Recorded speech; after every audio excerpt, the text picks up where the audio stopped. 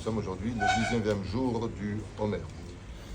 Cette fameuse question qui a été posée et reposée, qui a fait d'ailleurs un sujet de marloquette entre le monde de la Chassidoute et le monde des Lituaniens, à savoir même du monde Sfarad, peut-on ou pas manger ou boire avant la prière?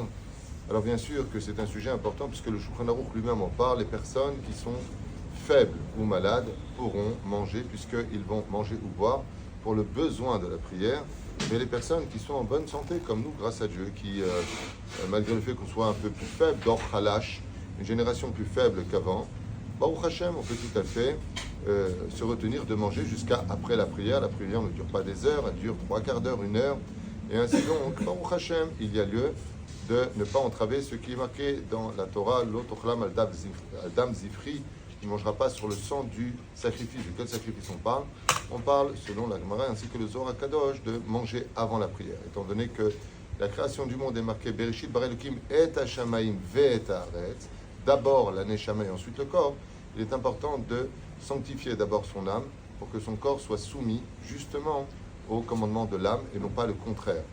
Ainsi donc, pour les chayalim par exemple, les soldats qui se doivent d'être forts, ishtadlou, selon le Rav Ovadia Yosef, de manger avant alot hashachar, avant que ne se lève le soleil, ils pourront consommer pour ne pas entraver. Selon le Zohar HaKadosh, ni on boit, ni on mange bichlal avant la prière, que de la prière, et seulement après, on pourra manger et boire. Selon la halacha, on peut tout à fait boire avant la prière, si c'est pour un besoin de la prière. J'ai soif, je sais que je ne vais pas me concentrer parce que j'ai soif.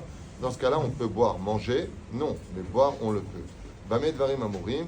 3 choses ont été citées ici, donc je vous le lis directement dans la halakha. Isur achila lifne tfila chal hen beyom chol ou ben beyom shabbat. Que ce soit un jour de chol ou un jour de shabbat, on ne mange pas avant la prière. Yesh le'asbir leotam anashim shitraglu lechol uga bechol omed beshabbat baboker sheze isur. Et celui qui mange des gâteaux le Shabbat avant la prière de Shacharit, qu'il sache qu'il fait un interdit de la Torah. On parle de Sfaradim, après s'il est Ashkenaz ou qu'il a, bien sûr on parle que des gens en bonne santé. Alors qu'il sache qu'il fait un interdit, il rendra des comptes sur cela.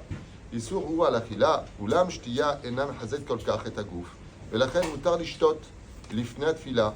On pourra tout à fait boire avant la prière, si on en a besoin, comme mon cas qui a besoin de boire, parce que je dépense beaucoup d'énergie.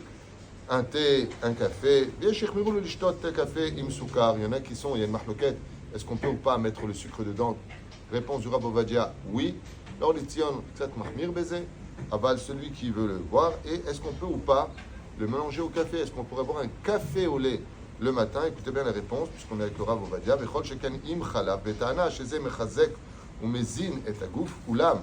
La maskana rabim et aposkim itiru lishtot afilu im café vesukar. Selon une grande partie des poskim, on pourrait boire un café au lait avant la prière. Ce ne serait pas interdit. Tov l'achmir baiser. Comme il y a une marloquette et que le lait n'est pas considéré vraiment comme une boisson, mais aussi comme on dit un bébé, est-ce qu'il a mangé? Mais il ne mange pas, il boit du lait. La reine, celui qui peut éviter, il boira le café au lait juste après Saint-Mida, Adif.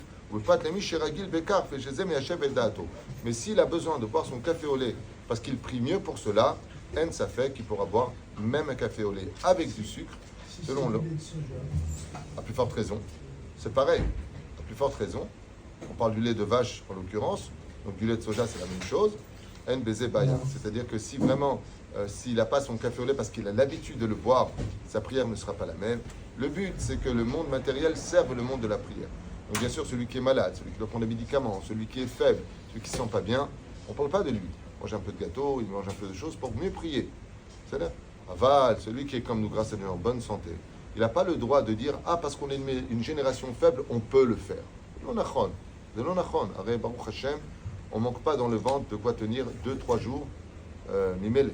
Baruch Hashem, surtout après Shabbat, Kalvachomer, Chen Ishtadel, Bezrat Hashem, s'il doit manger, que ce soit avant le Tashachar, et si il veut faire les choses comme il le faut, ni il mange, ni il boit avant la prière, aval lishtot lifnat fila, un thé, un café au lait, bichlal, ou un café, il le pourra, shura tartona, si cela l'aide à mieux prier.